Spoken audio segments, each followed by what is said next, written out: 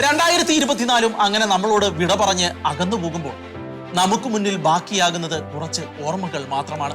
2025 വരച്ചു വെക്കുന്ന വീഥികളിലൂടെ നമ്മൾ പതിയെ നടന്നു തുടങ്ങുമ്പോൾ 2024 ഓർമ്മകളുടെ ഭാണ്ഡക്കെട്ടുകൾ തുറന്നു നോക്കി ഒരിക്കൽ കൂടി എല്ലാം എണ്ണി തിട്ടപ്പെടുത്തി കടന്നു വന്ന കാലഘട്ടങ്ങളിലെ മറവിയുടെ ആഴങ്ങളിലേക്ക് ഏതിനെയെങ്കിലും നമ്മൾ അറിയാതെ വലിച്ചെറിഞ്ഞു പോയിട്ടുണ്ടോ എന്ന് മാറ്റിയും മറിച്ചു നോക്കുക മാത്രമാണ് ഇനി നമുക്ക് മുന്നിൽ ചെയ്യാൻ കഴിയുന്നത്.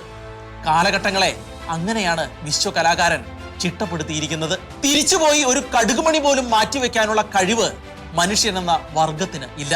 ഇടയ്ക്കിടയ്ക്ക് ഓർമ്മകളുടെ ഭാണ്ഡങ്ങളെ തുറന്നു നോക്കി അത് അങ്ങനെയായിരുന്നെങ്കിൽ, ഇത് ഇങ്ങനെയായിരുന്നെങ്കിൽ എന്നൊക്കെ ഭ്രാന്തമായി വല്ലതുമൊക്കെ പുരമ്പാൻ കഴിയും എന്നല്ലാതെ. അതുകൊണ്ട് 2024 യാത്ര പറഞ്ഞ് നടന്നു നീങ്ങുമ്പോൾ കൊഴിഞ്ഞു വീഴുന്ന ദിനങ്ങളുടെ പടിക്കെട്ടുകളിൽ ഒരിക്കൽ കൂടി ഇരുന്നു കൊണ്ട് നമ്മൾ കടന്നുപോയ ഓർമ്മകളെ ഒന്നുകൂടി അയവിറക്കാൻ ശ്രമിക്കുകയാണ്. വെറുതെ 2025 ഒന്നുകൂടി വ്യക്തമായി കാണാൻ വേണ്ടി മാത്രം.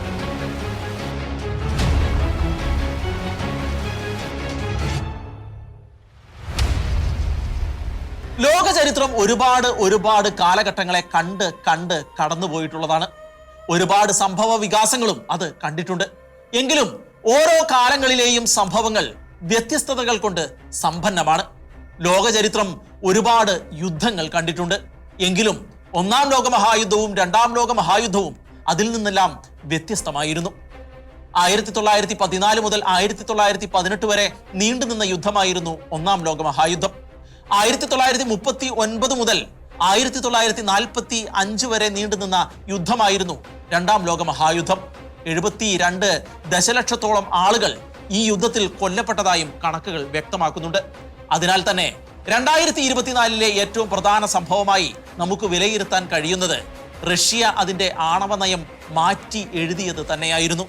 മാറ്റി എഴുതിയെന്ന് മാത്രമല്ല, ലോക ചരിത്രത്തിൽ ആദ്യമായി ഒരു ഇന്റർമീഡിയറ്റ് റേഞ്ച് ബാലിസ്റ്റിക് മിസൈൽ ഒറേഷ്നിക്ക് ഉക്രൈന് നേരെ തൊടുക്കുകയും ചെയ്തു റഷ്യ. ആണവ പോർമുന ഘടിപ്പിച്ചില്ല എന്ന് മാത്രം, ബാക്കിയെല്ലാം വ്യക്തവുമായിരുന്നു. നേരത്തെ സൂചിപ്പിച്ച ആദ്യ 2 യുദ്ധങ്ങളും 4-6 വർഷങ്ങൾ നീണ്ടു നിന്നതാണ് എങ്കിൽ ഇനിയൊരു യുദ്ധം ഉണ്ടായാൽ അത് വെറും 72 മണിക്കൂറുകൾ കൊണ്ട് അവസാനിക്കും എന്നുള്ളതാണ് പ്രധാനപ്പെട്ട കാര്യം. ലോക ചരിത്രത്തിൽ 2024 പ്രാധാന്യം ആ ദിനങ്ങളിലേക്കുള്ള ആദ്യ ചുവടുവെപ്പ് നടത്തി എന്നുള്ളതാണ്.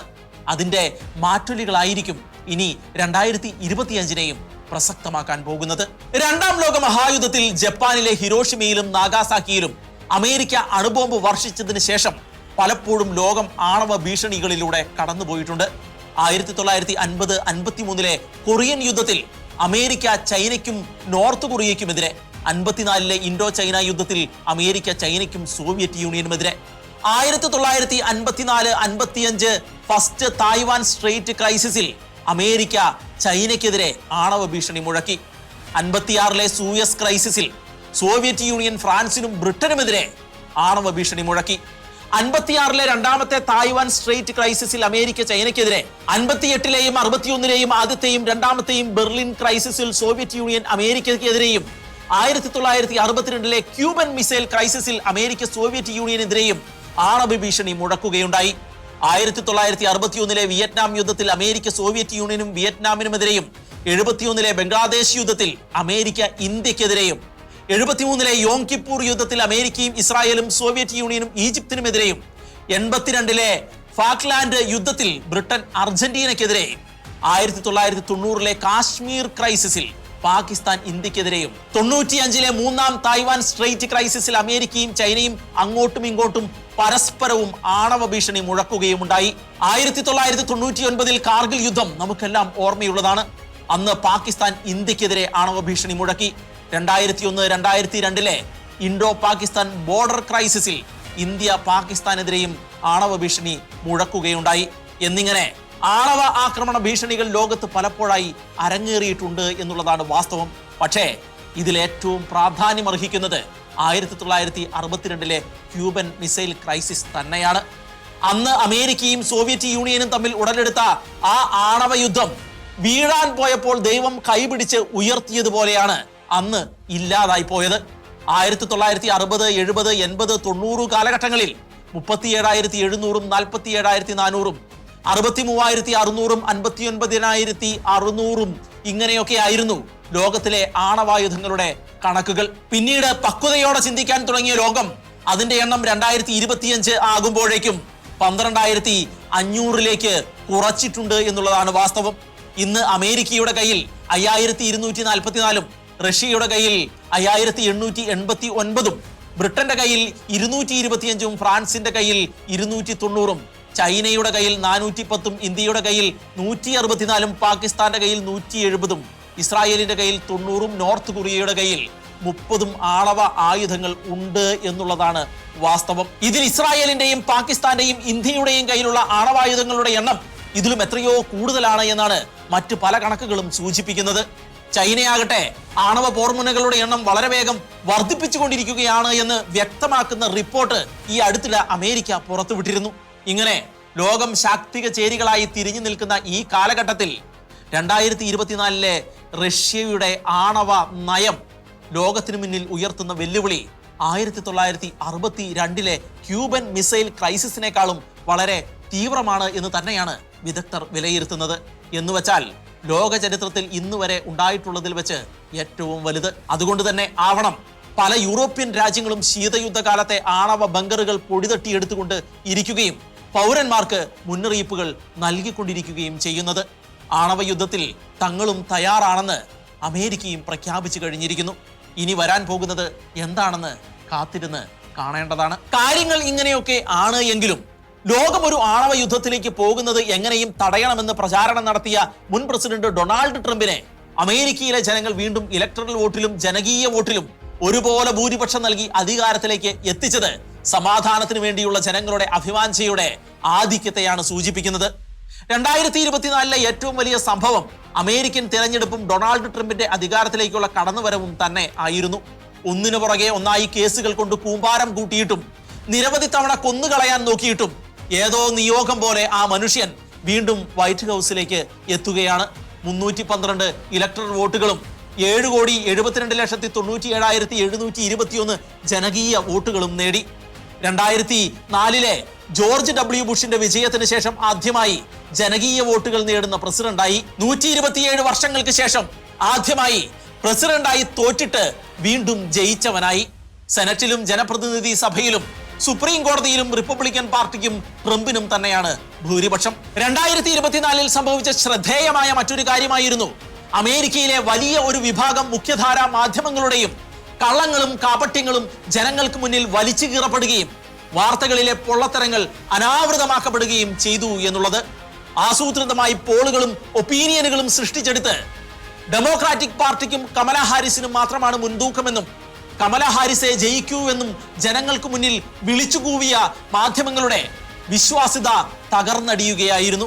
ഡീപ് സ്റ്റേറ്റിന്റെയും ഫ്രീമേസന്റെയും ഇല്ലുമിനറ്റികളുടെയും ആസൂത്രണങ്ങൾക്കും ആക്രോശങ്ങൾക്കും അപ്പുറത്ത് അമേരിക്കൻ ജനത ജനാധിപത്യത്തിന്റെ സുന്ദരത ലോകത്തിനു മുന്നിൽ അനാവരണം ചെയ്യുകയായിരുന്നു ഇലക്ഷനിലൂടെ.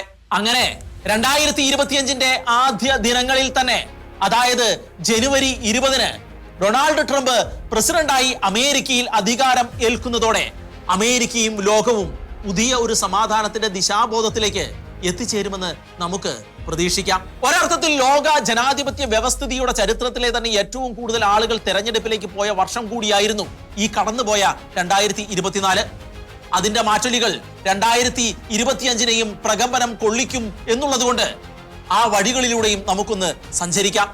ലോകത്തിലെ ആകെ ജനസംഖ്യയുടെ പകുതിയോളം ആളുകൾ വിവിധ രാജ്യങ്ങളിൽ തങ്ങളെ ഇനി ആര് ഭരിക്കണമെന്ന് തീരുമാനിച്ച വർഷമായിരുന്നു കടന്നുപോയത്. ഈ നൂറ്റാണ്ടിലെ ഏറ്റവും വലിയ സൈനിക ശക്തികളായ അമേരിക്കയും ചൈനയും തമ്മിൽ കൊമ്പുകോർക്കുന്നതിന് കാരണമായേക്കുന്ന ലോകത്തിലെ ഏറ്റവും വലിയ യുദ്ധ അന്തരീക്ഷം നിലനിൽക്കുന്ന തായ്വാനിൽ തെരഞ്ഞെടുപ്പ് നടന്നത് കഴിഞ്ഞ വർഷം ആയിരുന്നു. ലോകത്തിലെ ഏറ്റവും വലിയ ജനാധിപത്യ രാജ്യമായ ഇന്ത്യയിലും ഏറ്റവും വലിയ മുസ്ലിം ഭൂരിപക്ഷ രാജ്യമായ ഇന്തോനേഷ്യയിലും ലോകത്തിലെ ഏറ്റവും കൂടുതൽ വ്യാപാരം നടക്കുന്ന യൂറോപ്യൻ യൂണിയനിലും സ്പാനിഷ് ഭാഷ സംസാരിക്കുന്ന ലോകത്തിലെ ഏറ്റവും വലിയ രാജ്യമായ മെക്സിക്കോയിലും തെരഞ്ഞെടുപ്പുകൾ ഈ കഴിഞ്ഞ വർഷം നടന്നു. ഇറാനിലെ പാർലമെന്റ് തെരഞ്ഞെടുപ്പ് കഴിഞ്ഞ് ഇറാൻ പ്രസിഡന്റ് ഇബ്രാഹിം റൈസിക്ക് അകാല മരണം സംഭവിച്ചതോടെ ഇറാനിൽ നിലച്ചിരിക്കാതെ പ്രസിഡന്റ് തെരഞ്ഞെടുപ്പ് നടക്കുകയും മോഡറേറ്റായ മസൂദ് പസൻഷ്കിയാൻ അധികാരത്തിൽ എത്തുകയും ചെയ്തു. ആഫ്രിക്കയിലെ ഏറ്റവും വലിയ സാമ്പത്തിക ശക്തിയായ ദക്ഷിണാഫ്രിക്കയിലും ഇന്ത്യയുടെ അയൽ രാജ്യങ്ങളായ പാകിസ്ഥാനിലും നേപ്പാളിലും ശ്രീലങ്കയിലും മാലദ്വീപിലും എല്ലാം തിരഞ്ഞെടുപ്പുകൾ നടന്നു. ബംഗ്ലാദേശിൽ നടന്ന തിരഞ്ഞെടുപ്പിൽ ഷെയ്ഖ് ഹസീന വീണ്ടും അധികാരത്തിൽ എത്തിയെങ്കിലും തീവ്രമായ ജനകീയ പ്രക്ഷോഭത്തിന്റെ പശ്ചാത്തലത്തിൽ അധികാരം ഉപേക്ഷിച്ച് രാജ്യം വിട്ട് ഓടേണ്ടി വന്നു. അതേ തുടർന്ന് ജമായത്തെ ഇസ്ലാമിയുടെ പിന്തുണയോടെ അധികാരത്തിലെത്തിയ നൊബേൽ സമ്മാന ജേതാവ് മുഹമ്മദ് യൂനൂസിന്റെ നേതൃത്വത്തിലുള്ള 15-അംഗ ഉപദേശക കൗൺസിൽ ഇനി എന്ന് ബംഗ്ലാദേശിൽ ഇലക്ഷൻ നടത്തുമെന്നുള്ളത് കാത്തിരുന്ന് കാണേണ്ടത് തന്നെയാണ്. പാകിസ്ഥാനും ചൈനയും ബംഗ്ലാദേശിന്റെ ആഭ്യന്തര കാര്യങ്ങളിൽ ഇടപെടുക കൂടി ചെയ്യുന്നതോടെ ഇന്ത്യയുടെ 2025 തലവേദന ഒരു രക്ഷയും ഇല്ലാത്തതായിരിക്കും എന്ന കാര്യം ഏറെക്കുറെ ഉറപ്പാണ്. സൂര്യൻ അസ്തമിക്കാത്ത രാജ്യമെന്ന് പുകൾപ്പറ്റ ബ്രിട്ടനിൽ തിരഞ്ഞെടുപ്പ് നടക്കുകയുണ്ടായി. ദക്ഷിണ കൊറിയയിൽ നടന്ന തെരഞ്ഞെടുപ്പിൽ ഭൂരിപക്ഷം നഷ്ടപ്പെട്ട പ്രസിഡന്റ് യൂങ് സൂക് യോൾ രാജ്യത്ത് പട്ടാള നിയമം നടപ്പിലാക്കുകയും പാർലമെന്റ് അദ്ദേഹത്തെ സസ്പെൻഡ് ചെയ്യുകയും കോടതി അദ്ദേഹത്തിനെതിരെ അറസ്റ്റ് വാറന്റ് പുറപ്പെടുവിച്ചിരിക്കുകയും ചെയ്തിരിക്കുകയാണ്. മുൾമുനയിൽ നിൽക്കുന്ന ഉത്തര കൊറിയ ദക്ഷിണ കൊറിയ ബന്ധം ഈ വർഷത്തെ ഹോട്ട് ന്യൂസുകളിൽ ഒന്നായിരിക്കും എന്നുള്ളത് സംശയാതീതമായ കാര്യമാണ്. യൂറോപ്യൻ യൂണിയനിലേക്ക് നടന്ന തെരഞ്ഞെടുപ്പിൽ ഫ്രാൻസിൽ തീവ്ര വലതുപക്ഷത്തിന് മുന്നിൽ ഭൂരിപക്ഷം നഷ്ടപ്പെട്ട പ്രസിഡന്റ് ഇമാനുവൽ മക്രോൺ അപ്രതീക്ഷിതമായി തെരഞ്ഞെടുപ്പ് പ്രഖ്യാപിക്കുകയും ഒരുമിച്ച് മത്സരിച്ച ഇടതുപക്ഷ പാർട്ടികൾ ഏറ്റവും വലിയ ഒറ്റകക്ഷി ആവുകയും ചെയ്തു. ജർമ്മനിയിൽ നടന്ന പ്രാദേശിക തെരഞ്ഞെടുപ്പിൽ തീവ്ര വലതുപക്ഷ പാർട്ടിയായ AfD അധികാരം പിടിച്ചെടുത്തത് 2024 വലിയ വാർത്ത ആയിരുന്നു. 2025 നടക്കാൻ പോകുന്ന തെരഞ്ഞെടുപ്പിൽ തീവ്ര വലതുപക്ഷം ജർമ്മനിയിൽ അധികാര കേന്ദ്രങ്ങളിൽ നിർണായകം ആകുമെന്ന് തന്നെയാണ് വിലയിരുത്തൽ. 2024 ലോകം ഉറ്റുനോക്കിയ തെരഞ്ഞെടുപ്പുകളിൽ ഒന്നായ തായ്വാനിലെ തിരഞ്ഞെടുപ്പും അതിനുശേഷം നടന്ന കാര്യങ്ങളും സംഭവ ബഹുലമായിരുന്നു. തായ്വാനിൽ പുതിയതായി തെരഞ്ഞെടുക്കപ്പെട്ട പ്രസിഡന്റ് വില്യം ലായ് തായ്വാനെ ഭീഷണിപ്പെടുത്തുന്നത് ചൈന അവസാനിപ്പിക്കണമെന്നും തായ്വാന്റെ ജനാധിപത്യത്തെ അംഗീകരിക്കണമെന്നും ചൈനയോട് നിർദ്ദേശിച്ചതിനെതിരെ തായ്വാന്റെ സ്വാതന്ത്ര്യം എല്ലാത്തിന്റെയും അവസാനമായിരിക്കുമെന്ന കഠിനമായ ഭാഷയിലൂടെയായിരുന്നു ചൈന പ്രതികരിച്ചത്. ഇതേ തുടർന്ന് മുൻപൊരിക്കലും കണ്ടിട്ടില്ലാത്ത വിധത്തിൽ തായ്വാനെ ചുറ്റിവളഞ്ഞ് 2 ദിവസത്തെ സൈനിക അഭ്യാസം ചൈന നടത്തുകയുണ്ടായി. ഇപ്പോഴും ചൈനയുടെ ശക്തമായ സൈനിക സാന്നിധ്യം ഈ മേഖലയിൽ തുടരുകയാണെന്ന് മാത്രമല്ല, ചൈനയുടെ യുദ്ധക്കപ്പലുകളും പോർവിമാനങ്ങളും തായ്വാന്റെ അതിർത്തിയിലേക്ക് നിരന്തരം കടന്നുകയറ്റം നടത്തിക്കൊണ്ടും ഇരിക്കുകയാണ്. 2025 ഈ മേഖലയിലെ സംഘർഷങ്ങൾ ഏത് രീതിയിലേക്ക് മാറ്റപ്പെടും എന്നുള്ളത് ലോക ചരിത്രത്തിൽ തന്നെ നിർണായകമാകും എന്നുള്ള കാര്യത്തിൽ ഒരു സംശയവുമില്ല. ലോകത്തിൽ നിന്ന് ഏറ്റവും കൂടുതൽ മത്സരമുള്ള 2 മേഖലകളാണ് എണ്ണയുൽപാദനവും ചിപ്പ് നിർമ്മാണവും. എണ്ണയുൽപാദനത്തിൽ പശ്ചിമേഷ്യൻ രാജ്യങ്ങളും റഷ്യയും മുന്നിട്ട് നിൽക്കുമ്പോൾ ലോകത്തിലെ മൊത്തം ചിപ്പ് ഉൽപാദനത്തിന്റെ 60%, ഏറ്റവും ആധുനികമായ ചിപ്പുകളായ 2 നാനോമീറ്റർ ചിപ്പുകളുടെയും 3 നാനോമീറ്റർ ചിപ്പുകളുടെയും 90% നിർമ്മിക്കുന്നത് തായ്വാനിലാണ്. തായ്വാനിലെ തായ്വാൻ സെമി കണ്ടക്ടർ മാനുഫാക്ചറിംഗ് കമ്പനിയാണ് ഇത് നിയന്ത്രിക്കുന്നത്. തായ്വാന്റെ മൊത്തം GDPയുടെ 25% കൈയാളുന്നത് ഇതിൽ നിന്നുള്ള വരുമാനമാണ്. 2020 ആഗോള സെമി കണ്ടക്ടർ വിപണിയുടെ 50%-ലധികം TSMCയുടേത് മാത്രം ആയിരുന്നു. അതിനാൽ തന്നെ 2025 തായ്വാനെ ചൈന കൂടുതൽ വരിഞ്ഞു മുറുക്കും എന്നുള്ളത് തന്നെയാണ് വിലയിരുത്തൽ. അൺപ്രഡിക്റ്റബിൾ എന്ന് വിശേഷിപ്പിക്കപ്പെടുന്ന ട്രംപിന്റെ തീരുമാനങ്ങളും ഇതിൽ നിർണായകം ആകും എന്നുള്ളത് സംശയാതീതമാണ്. 2024 റഷ്യയിൽ നടന്ന തിരഞ്ഞെടുപ്പിൽ 87.97% വോട്ടുകൾ നേടിയാണ് 24 വർഷങ്ങളായി റഷ്യ ഭരിച്ചുകൊണ്ടിരുന്ന വ്ളാദിമിർ പുടിൻ വീണ്ടും അധികാരത്തിലേക്ക് എത്തിയത്. തിരഞ്ഞെടുപ്പിൽ അദ്ദേഹത്തിന് ജയിക്കാൻ അനുകൂലമായ ഒരു സാഹചര്യം ഒരുക്കപ്പെട്ടിരുന്നു എന്നുള്ളത് വാസ്തവമാണ്. പക്ഷേ പാശ്ചാത്യ രാജ്യങ്ങളുടെ മാധ്യമ സൃഷ്ടികൾക്കും അപ്പുറത്ത് പുടിനെ റഷ്യയിലെ ഭൂരിപക്ഷം ജനങ്ങളും അംഗീകരിക്കുന്നു എന്നുള്ളതാണ് വാസ്തവം. പുടിൻ അധികാരത്തിലെത്തുന്ന കാലത്തെ റഷ്യയുടെ അവസ്ഥയും ഇന്നത്തെ റഷ്യയുടെ അവസ്ഥയും താരതമ്യം ചെയ്യുന്നവർ റഷ്യയിലെ ജനങ്ങൾ എന്തുകൊണ്ട് പുടിനെ പിന്തുണയ്ക്കുന്നു എന്നുള്ള കാര്യത്തിൽ തർക്കം ഉന്നയിക്കാൻ സാധ്യതയില്ല. അതുപോലെ തന്നെ റഷ്യയുടെ സംയമനം തന്നെയാണ് റഷ്യ ഉക്രൈൻ യുദ്ധം കൂടുതൽ വഷളാകാതെ പോകുന്നതിന് കാരണവും. റഷ്യ ഉക്രൈൻ യുദ്ധത്തിൽ മരിച്ച സാധാരണക്കാരുടെ എണ്ണം ഇസ്രായേൽ ഗാസ യുദ്ധത്തിൽ മരിച്ചതിനേക്കാൾ എത്രയോ കുറവാണെന്ന് റഷ്യൻ വിദേശകാര്യമന്ത്രി സെർജി ലാവറോവ് ചൂണ്ടിക്കാട്ടിയിരുന്നു. എന്നാൽ 2024 അവസാന പാദങ്ങളിൽ അമേരിക്ക റഷ്യക്കുള്ളിലേക്ക് അമേരിക്കയുടെ അറ്റാക്കംസ് മിസൈൽ ഉപയോഗിക്കാൻ ഉക്രൈന് അനുമതി കൊടുത്തതും തുടർന്ന് ബ്രിട്ടന്റെ സ്റ്റോം ഷാഡോ മിസൈലും അമേരിക്കയുടെ അറ്റാക്കംസ് മിസൈലും ഉക്രൈൻ റഷ്യക്കുള്ളിലേക്ക് പ്രയോഗിക്കുകയും ചെയ്തതോടെ ഉടലെടുത്ത സംഘർഷം ഒരു റഷ്യ നാറ്റോ യുദ്ധത്തിലേക്കും തുടർന്ന് ആണവ യുദ്ധത്തിലേക്കും എത്തിയേക്കുമോ എന്നുള്ള ഒരു ഭീതി ലോകത്തെ ഗ്രസിച്ചിരുന്നു. തലനാരിഴയ്ക്കാണ് ഒരു ആണവ യുദ്ധം മാറിപ്പോയത് എന്ന് നമുക്ക് ആശ്വസിക്കാം. എങ്കിലും 2025 എത്തുമ്പോഴും അതിൻ്റെ അലയൊലികൾ ഇപ്പോഴും അടങ്ങിയിട്ടില്ല എന്നുള്ള ആശങ്കയും നമുക്ക് മുന്നിൽ ഉണ്ട്. യുദ്ധങ്ങൾ അങ്ങനെയാണ്. അത് ആദ്യമാദ്യം പലരുടെയും കൈകളിൽ നിൽക്കും. പിന്നെ അത് എല്ലാവരിൽ നിന്നും വഴുതി മാറി ഒറ്റയ്ക്ക് അങ്ങനെ അങ്ങ് യാത്ര തുടരും. അതാണ് ചരിത്രം. നിലവിലെ സംഘർഷങ്ങളിൽ ഏറ്റവും പ്രാധാന്യമർഹിക്കുന്ന മറ്റൊന്നാണ് മിഡിൽ ഈസ്റ്റിൽ ഇസ്രായേലും ഇറാനും ഇറാന്റെ പ്രോക്സികളായ മറ്റ് ഇസ്ലാമിക തീവ്രവാദ സംഘടനകളും തമ്മിൽ ഉണ്ടായ ഏറ്റുമുട്ടലുകൾ.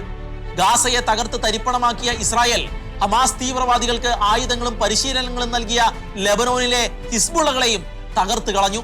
പേജറുകളും വാക്കി ടോക്കികളും പൊട്ടിത്തെറിപ്പിച്ചു തുടങ്ങിയ ആക്രമണം ഡിപ്ലേറ്റഡ് യുറേനിയം ഉപയോഗിച്ചുള്ള ബങ്കർ ബസ്റ്റർ ബോംബറുകൾ കൊണ്ട് ഹിസ്ബുള്ളകളുടെ നേതാവായ ഹസൻ നസ്രുള്ളയെയും അനുയായികളെയും കൂട്ടത്തോടെ കൊന്നൊടുക്കിക്കൊണ്ട് ഒരു വഴിയിലേക്ക് എത്തിക്കുകയായിരുന്നു. ഹമാസ് നേതാക്കളായ ഇസ്മായിൽ ഹനിയയെയും യഹിയ സിൻവാറിനെയും കൂടി തീർത്ത് ഹമാസിനെയും ഹിസ്ബുള്ളകളെയും എല്ലാം തങ്ങളുടെ കാൽക്കീഴിലേക്ക് എത്തിച്ച് ഇസ്രായേൽ അങ്ങനെ നിൽക്കുമ്പോഴാണ് അപ്രതീക്ഷിതമായി സിറിയയുടെ തകർച്ച ഉണ്ടാകുന്നത്. റഷ്യയും ഇറാനും പിന്തുണയ്ക്കുന്ന ബാഷർ അൽ അസാദിന്റെ Syria Abu Muhammad al Jolani എന്ന പണ്ട് അൽ ഖ്വയ്ദയിൽ പ്രവർത്തിച്ചിരുന്ന, പിന്നീട് ഇസ്ലാമിക് സ്റ്റേറ്റ് തീവ്രവാദ ഗ്രൂപ്പിൽ പ്രവർത്തിച്ചിരുന്ന തീവ്രവാദി നേതാവിന്റെ ഹയാത്ത് തഹ്രീർ അൽ ഷാം എന്ന തീവ്രവാദ ഗ്രൂപ്പിന്റെ മുന്നേറ്റത്തിന് മുന്നിൽ ഒരു ചീട്ടുകൊട്ടാരം പോലെ തകർന്നു വീഴുമ്പോൾ ആരും അത് അക്ഷരാർത്ഥത്തിൽ പ്രതീക്ഷിച്ചിരുന്നില്ല എന്നുള്ളതാണ് വാസ്തവം. തങ്ങളാണ് അത് ചെയ്തത് എന്ന് ഇസ്രായേൽ പ്രധാനമന്ത്രി ബെഞ്ചമിൻ നെതന്യാഹു ലോകത്തോട് വിളിച്ചു പറഞ്ഞു എങ്കിലും തുർക്കിയും അമേരിക്കയും ഈജിപ്തും സൗദിയും എന്തിന് ഉക്രൈൻ പോലും അതിനു പിന്നിൽ നിന്ന് ചരട് വലിച്ചിരുന്നു എന്നുള്ള റിപ്പോർട്ടുകൾ പുറത്തു വരികയുണ്ടായി. പക്ഷേ എല്ലാ പ്രതിസന്ധികളെയും തങ്ങൾക്ക് അനുകൂലമാക്കി മാറ്റാൻ ഇസ്രായേൽ കാണിക്കുന്ന വിരുത് സിറിയയുടെ തകർച്ചയിൽ ഏറ്റവും അധികം നേട്ടം കൊയ്യുന്നവരാക്കി ഇസ്രായേലിനെ മാറ്റുകയുണ്ടായി. ഗാസയിൽ നിന്നും ഹമാസ് തീവ്രവാദികളെ സമ്പൂർണ്ണമായി ഇല്ലാതാക്കുമെന്ന് പറഞ്ഞ് പരാജയപ്പെട്ട ലെബനോനിലെ ലിറ്റാനി റിവറിനും അപ്പുറത്തേക്ക് ഹിസ്ബുള്ള തീവ്രവാദികളെ ആട്ടിപ്പായിച്ച് പലായനം ചെയ്തു പോയ ഇസ്രായേലികളെ ലെബനോന്റെ അതിർത്തികളിലേക്ക് വീണ്ടും പുനരധിവസിപ്പിക്കുമെന്ന് പറഞ്ഞ് പരാജയപ്പെട്ട നെതന്യാഹു സിറിയയിലുണ്ടായ ആ വലിയ നേട്ടങ്ങളിലൂടെ ജയിച്ചവനായി മാറി. നെതന്യാഹുവിനെ കുറ്റം പറഞ്ഞവർ പോലും പറഞ്ഞു നെതന്യാഹു വിജയിച്ചു എന്ന്. മുൻപ് സിറിയയിൽ നിന്നും പിടിച്ചെടുത്ത ഗോലാൻ കുന്നുകൾക്കും അപ്പുറത്ത്, ബഫർ സോണുകൾക്കും അപ്പുറത്ത് മേഖലയിലെ ഏറ്റവും വലിയ മലയായ ഹെർമോൺ മലയും പിടിച്ചെടുത്ത് നിയുക്ത അമേരിക്കൻ പ്രസിഡന്റ് ഡൊണാൾഡ് ട്രംപ് വാഗ്ദാനം ചെയ്തിരിക്കുന്ന ഗ്രേറ്റർ ഇസ്രായേലിനു വേണ്ടി മുന്നോട്ട് കുതിക്കുന്ന ഇസ്രായേലിന്റെ അടുത്ത നീക്കങ്ങൾ ലോക ചരിത്രത്തിൽ നിർണായകമാകും എന്നുള്ളതിൽ യാതൊരു സംശയവുമില്ല. മറ്റൊരു നിർണായകമായ സംഭവം ഇസ്രായേലും ഇറാനും തമ്മിലുള്ള ഏറ്റുമുട്ടലുകൾ തന്നെ ആയിരുന്നു. ഉക്രൈൻ റഷ്യ യുദ്ധത്തിന് ശേഷം ലോകം മറ്റൊരു വലിയ യുദ്ധത്തിലേക്കെന്ന് ഭീതി ഉയർത്തി തുടങ്ങിയ ആക്രമണങ്ങൾ ലോകരാജ്യങ്ങളുടെ കൃത്യമായ ഇടപെടൽ നിമിത്തമാണ് ഇല്ലാതായി പോയത്. സിറിയയിലെ ഇറാനിയൻ എംബസിക്ക് നേരെ ഇസ്രായേൽ ആക്രമണം നടത്തി എന്ന് ആരോപിച്ചായിരുന്നു ഇറാൻ 2024 ഏപ്രിൽ 13 ചരിത്രത്തിൽ ആദ്യമായി ഇസ്രായേലിലേക്ക് നേരിട്ട് ആദ്യ ആക്രമണം നടത്തിയത്. 300ഓളം ഡ്രോണുകളും ബാലിസ്റ്റിക് മിസൈലുകളും ഉപയോഗിച്ചായിരുന്നു ആക്രമണം. ഏപ്രിൽ 19 ഇറാനിലെ 3 കേന്ദ്രങ്ങൾ ലക്ഷ്യമാക്കി ഇസ്രായേൽ പ്രത്യാക്രമണം നടത്തുകയുണ്ടായി. അതോടെ അത് അവസാനിക്കുകയായിരുന്നു. എന്നാൽ പിന്നീട് ലെബനോനിലെ മുതിർന്ന ഹിസ്ബുള്ള കമാൻഡറായ ഫുവാദ് ശുക്രയെയും ഇറാനിൽ വെച്ച് ഹമാസ് നേതാവായ ഇസ്മായിൽ ഹനിയയെയും വധിച്ചതും വീണ്ടും ഇരു രാജ്യങ്ങളും തമ്മിലുള്ള യുദ്ധ അന്തരീക്ഷം വർദ്ധിപ്പിച്ചു. ശേഷം 2024 സെപ്റ്റംബർ 27 ഹിസ്ബുള്ളയുടെ സെക്രട്ടറി ജനറൽ ആയിരുന്ന ഹസൻ നസ്രുള്ളയെ കൂടി ഇസ്രായേൽ വധിച്ചതോടെ ഒക്ടോബർ 1 200ഓളം മിസൈലുകൾ ഉപയോഗിച്ചുള്ള വലിയ ആക്രമണം ഇറാൻ ഇസ്രായേലിലേക്ക് അഴിച്ചുവിടുകയായിരുന്നു. അതിനു മറുപടിയായി ഒക്ടോബർ 26 ഇസ്രായേൽ ഇറാനിലേക്ക് നടത്തിയ ആക്രമണത്തിൽ ഇറാന്റെ നിരവധി സൈനിക കേന്ദ്രങ്ങളെയും പ്രതിരോധ സംവിധാനങ്ങളെയും തകർക്കുകയും ഇസ്രായേലിലേക്ക് അയച്ച മിസൈലുകളുടെ നിർമ്മാണവുമായി ബന്ധപ്പെട്ട കേന്ദ്രങ്ങളെ ആക്രമിക്കുകയും ചെയ്തു. പിന്നീട് തിരിച്ചടിക്ക് മുതിരാതിരുന്ന ഇറാൻ അമേരിക്കൻ പ്രസിഡന്റായി ഡൊണാൾഡ് ട്രംപ് വന്നതോടെ തീവ്രവാദ ഗ്രൂപ്പുകളുമായി തങ്ങൾക്ക് ബന്ധമില്ല എന്നും ചർച്ചകൾക്ക് തയ്യാറാണെന്നുമുള്ള നിലപാടുകളോടെയാണ് 2025 കടന്നു വരുന്നത്. അതേസമയം യമനിലെ ഹൂത്തികളുമായുള്ള യുദ്ധം ഇസ്രായേൽ തുടങ്ങി വെച്ചിരിക്കുകയുമാണ്. ട്രംപ് അധികാര കസേരയിലേക്ക് കയറി ഇരുന്നിട്ട് വേണം സമ്പൂർണമായ ആക്രമണം യമന് നേരെ നടത്താൻ എന്നുള്ള തീരുമാനങ്ങളാണ് ഇസ്രായേലിൽ നിന്നും ഉയരുന്നതെന്നാണ് ഇപ്പോൾ പുറത്തുവരുന്ന റിപ്പോർട്ടുകൾ സൂചിപ്പിക്കുന്നത്. അങ്ങനെയാണെങ്കിൽ 2025 കാണാൻ പോകുന്നതും യുദ്ധങ്ങളുടെ കൂത്തരങ്ങ് തന്നെ ആയിരിക്കും എന്ന കാര്യത്തിൽ സംശയം ഒന്നുമില്ല. തീവ്ര വലതുപക്ഷത്തിന്റെ ആധിപത്യവും കുടിയേറ്റ പ്രശ്നങ്ങളും സാമ്പത്തിക ഞെരുക്കങ്ങളും ഒക്കെ ആയിരുന്നു 2024 യൂറോപ്പിലെ പ്രധാന സംഭവങ്ങൾ. അതിന്റെ തുടർച്ചയും വളർച്ചയും ഒക്കെ തന്നെ ആയിരിക്കും 2025 സംഭവ ബഹുലം ആക്കുക. ബ്രിട്ടനിലും ഫ്രാൻസിലും ജർമ്മനിയിലും തുടങ്ങി യൂറോപ്പിന്റെ ഒട്ടുമിക്ക രാജ്യങ്ങളിലും തീവ്ര വലതുപക്ഷമാണ് ഇപ്പോൾ പിടിമുറുക്കിക്കൊണ്ടിരിക്കുന്നത്. ഇറ്റലി അടക്കമുള്ള രാജ്യങ്ങൾ ഇപ്പോൾ തന്നെ ഭരിക്കുന്നത് തീവ്ര വലതുപക്ഷമാണ്. ഒരു പോപ്പുലിസ്റ്റ് കൂടിയായ ഡൊണാൾഡ് ട്രംപ് കൂടി അധികാരത്തിൽ എത്തുന്നതോടെ യൂറോപ്പിന്റെ തീവ്ര വലതുപക്ഷത്തിലേക്കുള്ള ഒഴുക്ക് കൂടുതൽ തീവ്രമാകുമെന്ന് ചുരുക്കം. ജനസംഖ്യാ നിയന്ത്രണ ഉപാധികളും അബോർഷനും മൂലം ജനസംഖ്യയിൽ കാര്യമായ ഇടിവ് തുടരുന്ന യൂറോപ്യൻ രാജ്യങ്ങളെ സംബന്ധിച്ച് പണിയെടുക്കാൻ ആളെ കിട്ടുക എന്നുള്ളത് പ്രധാനമാണ്. ഇവിടെയാണ് ഏറ്റവും വലിയ പ്രശ്നങ്ങളിൽ ഒന്നായി കാണുന്ന കുടിയേറ്റത്തെ എത്രത്തോളം നിയന്ത്രിക്കാൻ യൂറോപ്പിന് കഴിയും എന്ന് ചിന്തിക്കപ്പെടുന്നത്.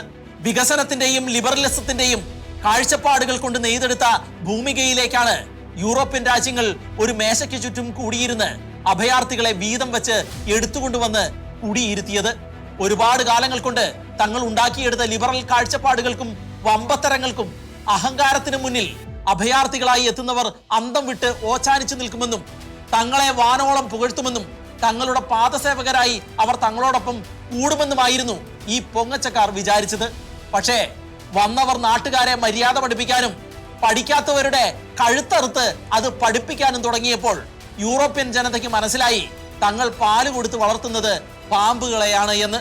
ഇപ്പോൾ എങ്ങനെയെങ്കിലും ഈ വയ്യാവേലി തങ്ങളുടെ തലയിൽ നിന്നും ഒഴിവാക്കുന്നതിനുള്ള പരക്കം പാച്ചിലാണ് യൂറോപ്യൻ ജനത. ആഫ്രിക്കയിലെ വിവിധ മുസ്ലിം രാജ്യങ്ങളിൽ നിന്നും പശ്ചിമേഷ്യയിലെ രാജ്യങ്ങളിൽ നിന്നും അടക്കം യൂറോപ്പിലേക്ക് എത്തുന്ന മുസ്ലിം ജനസംഖ്യയുടെ കണക്ക് വളരെ വലിയതാണ്. യൂറോപ്പിലെ മുസ്ലിം ജനസംഖ്യ 1990 30 ദശലക്ഷവും 2010 44 ദശലക്ഷവും ഇപ്പോൾ അത് 50.5 ദശലക്ഷവും കവിഞ്ഞിരിക്കുകയാണ്. യൂറോപ്പിലെ മൊത്തം ജനസംഖ്യയുടെ 6.81% ഇപ്പോൾ മുസ്ലിങ്ങളാണ്. ജർമ്മനിയിൽ ജനസംഖ്യയുടെ 6.90% മുസ്ലിങ്ങളാണ്. ഫ്രാൻസിൽ ജനസംഖ്യയുടെ 8.30% മുസ്ലിങ്ങളാണ്. ബ്രിട്ടനിൽ അത് 6.10%. നിലവിൽ ഇറ്റലിയിൽ 29,60,000 സ്പെയിനിൽ 16,10,000 നെതർലാൻഡ്സിൽ 11,70,000 മുസ്ലിങ്ങളാണ്. യൂറോപ്യൻ യൂണിയനെയും യൂറോപ്യൻ രാജ്യങ്ങളെയും ഭരിച്ചുകൊണ്ടിരുന്ന ഇടതുപക്ഷ അനുകൂല പാർട്ടികളും മധ്യ വലതുപക്ഷ പാർട്ടികളും കുടിയേറ്റത്തിന് അനുകൂലമായ സാഹചര്യമൊരുക്കുകയും നിയമനിർമ്മാണങ്ങൾ നടത്തുകയും ആരെന്നും ഏതെന്നുമുള്ള വേർതിരിവില്ലാതെ കുടിയേറ്റത്തിന് കളമൊരുക്കി കൊടുക്കുകയും ചെയ്യുകയായിരുന്നു. തദ്ദേശീയരായ സാധാരണക്കാരെ ഉപദ്രവിക്കുന്ന കുടിയേറ്റക്കാർക്കെതിരെ നിയമ നടപടികൾ സ്വീകരിക്കാൻ പോലും സാധിക്കാത്ത വിധത്തിൽ അത് തീവ്രമാവുകയും ചെയ്തു. ഭാര്യമാരും മക്കളുമായി അഭയാർത്ഥികളായി എത്തിയവർ ആദ്യം തങ്ങളുടെ മാതാപിതാക്കളെയും പിന്നെ സഹോദരി സഹോദരന്മാരെയും ബന്ധുക്കളെയും അടക്കം സകലരെയും തങ്ങളോടൊപ്പം അഭയാർത്ഥികളായി എത്തിയ നാടുകളിലേക്ക് പറിച്ചു നട്ടു. പല രാജ്യങ്ങളിലും അഭയാർത്ഥികളായി എത്തിയ കുടിയേറ്റക്കാർ തദ്ദേശീയർക്കെതിരെ വ്യാപകമായ ആക്രമണങ്ങൾ അഴിച്ചുവിട്ടു. സ്ത്രീകളെ ബലാത്സംഗം ചെയ്യുകയും ശരീഅത്ത് നിയമങ്ങൾ നടപ്പിലാക്കുകയും ചെയ്തു. അങ്ങനെ എല്ലാം കൊണ്ടും 2025 എത്തുമ്പോൾ ഈ തലവേദന എങ്ങനെയെങ്കിലും ഒന്ന് ഒഴിവാക്കാൻ പാടുപെടുന്ന യൂറോപ്യൻ രാജ്യങ്ങളെയാണ് നമ്മൾ കണ്ടുകൊണ്ടിരിക്കുന്നത്. ഇപ്പോൾ തന്നെ നെതർലാൻഡ്സ് അടക്കമുള്ള രാജ്യങ്ങൾ കർശന നടപടികളുമായി രംഗത്ത് വന്നിരിക്കുകയാണ്. 2025 ഈ കാര്യത്തിൽ യൂറോപ്യൻ രാജ്യങ്ങളുടെ ഭാഗത്തു നിന്നും കടുത്ത നടപടികൾ തന്നെയാണ് ലോകം പ്രതീക്ഷിക്കുന്നത്. പ്രത്യേകിച്ചും യൂറോപ്പിന്റെ സാമ്പത്തിക ഹൃദയഭൂമികയായ ജർമ്മനി അടക്കമുള്ള രാജ്യങ്ങൾ കടുത്ത സാമ്പത്തിക പ്രതിസന്ധിയിലൂടെ കടന്നുപോകുന്ന സാഹചര്യത്തിൽ ഉക്രൈൻ റഷ്യ യുദ്ധത്തോടെ യൂറോപ്പിനെ ഗ്രസിച്ച ഊർജ പ്രതിസന്ധി അസ്ഥിക്ക് പിടിക്കുന്ന കാഴ്ചകളായിരുന്നു പോയ വർഷം നമ്മൾ കണ്ടത്. സകല മേഖലകളെയും അത് ബാധിക്കുകയുണ്ടായി. 2025 ഒരു വലിയ സാമ്പത്തിക മാന്ദ്യം യൂറോപ്പിന്റെ തലയ്ക്ക് മുകളിൽ ഡെമോക്ലീസിന്റെ വാളായി തൂങ്ങിക്കിടക്കുന്നുണ്ട് എന്നുള്ളതാണ് വാസ്തവം. റഷ്യക്ക് നേരെ ചുമത്തിയ ഉപരോധങ്ങളെല്ലാം യൂറോപ്പിനെ തിരിഞ്ഞ് കൊത്തുന്നു എന്ന് ചുരുക്കം. അണിയറയിൽ സജീവമാണ് എങ്കിലും അത്ര വലിയ വാർത്താ പ്രാധാന്യം ലഭിക്കാതെ കടന്നുപോകുന്ന എന്നാൽ ലോകത്തെ ബാധിച്ചിരിക്കുന്ന ഏറ്റവും വലിയ പ്രശ്നങ്ങളിൽ ഒന്നാണ് ഇൻഡോ പസഫിക് മേഖലകളിൽ പിടിമുറുക്കാനുള്ള ചൈനയുടെ ശ്രമങ്ങളും അതിനെതിരെ അമേരിക്ക നടത്തിക്കൊണ്ടിരിക്കുന്ന പ്രതിരോധങ്ങളും. അതിനോടനുബന്ധിച്ചുള്ള പല ലക്ഷണങ്ങളുമാണ് ബംഗ്ലാദേശ് അടക്കമുള്ള ഈ മേഖലയിലെ പല രാജ്യങ്ങളിലെയും രാഷ്ട്രീയ ഭൂമികയിൽ ഇപ്പോൾ നമ്മൾ കണ്ടുകൊണ്ടിരിക്കുന്ന അനിശ്ചിതത്വങ്ങളും അരാജകത്വങ്ങളും. ഒരു വലിയ യുദ്ധത്തിനുള്ള സാധ്യതകൾ ഈ മേഖലയിൽ ഉരുണ്ടു കൂടുന്നുണ്ട് എന്നുള്ളതും പറയപ്പെടുന്നുണ്ട്.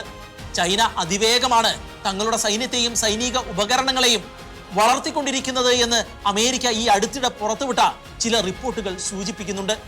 എല്ലാ അണക്കെട്ടുകളെയും ഇടിച്ചു നിരത്തി ഒരു വലിയ സുനാമിയായി ഈ പ്രശ്നം ലോകത്തെ വിഴുങ്ങുമോ എന്നുള്ളത് 2025 ഒരുപക്ഷെ നമ്മളോട് പറഞ്ഞു തന്നേക്കും. ഓരോ വർഷവും സമാധാനത്തോടെ ആവിർഭവിക്കുകയും അസ്തമിക്കുകയും ചെയ്യട്ടെ എന്നാണ് നമ്മളെല്ലാം പ്രതീക്ഷിക്കുന്നത്. പക്ഷേ കലക്കവെള്ളമാണ് മീൻ പിടിക്കാൻ ഏറ്റവും അനുയോജ്യമെന്ന് പലരും വിശ്വസിക്കുന്നു. പലർക്കും പലതും നേടേണ്ടതുണ്ട്. അതിന് അസ്ഥിരതകളും അശാന്തിയും ഒഴിച്ചുകൂടാൻ ആവാത്തതാണെന്ന് അവർ കരുതുന്നു. നാറ്റോയും ബ്രിക്സും എടുക്കുന്ന തീരുമാനങ്ങൾ 2025 വലിയ സ്വാധീനം ഉണ്ടാക്കും. നന്മ കിളിർക്കുകയും തളിർക്കുകയും ചെയ്യട്ടെ എന്ന് മാത്രം നമുക്ക് ആഗ്രഹിക്കാം. എല്ലാം അസ്ഥിരമാണ്.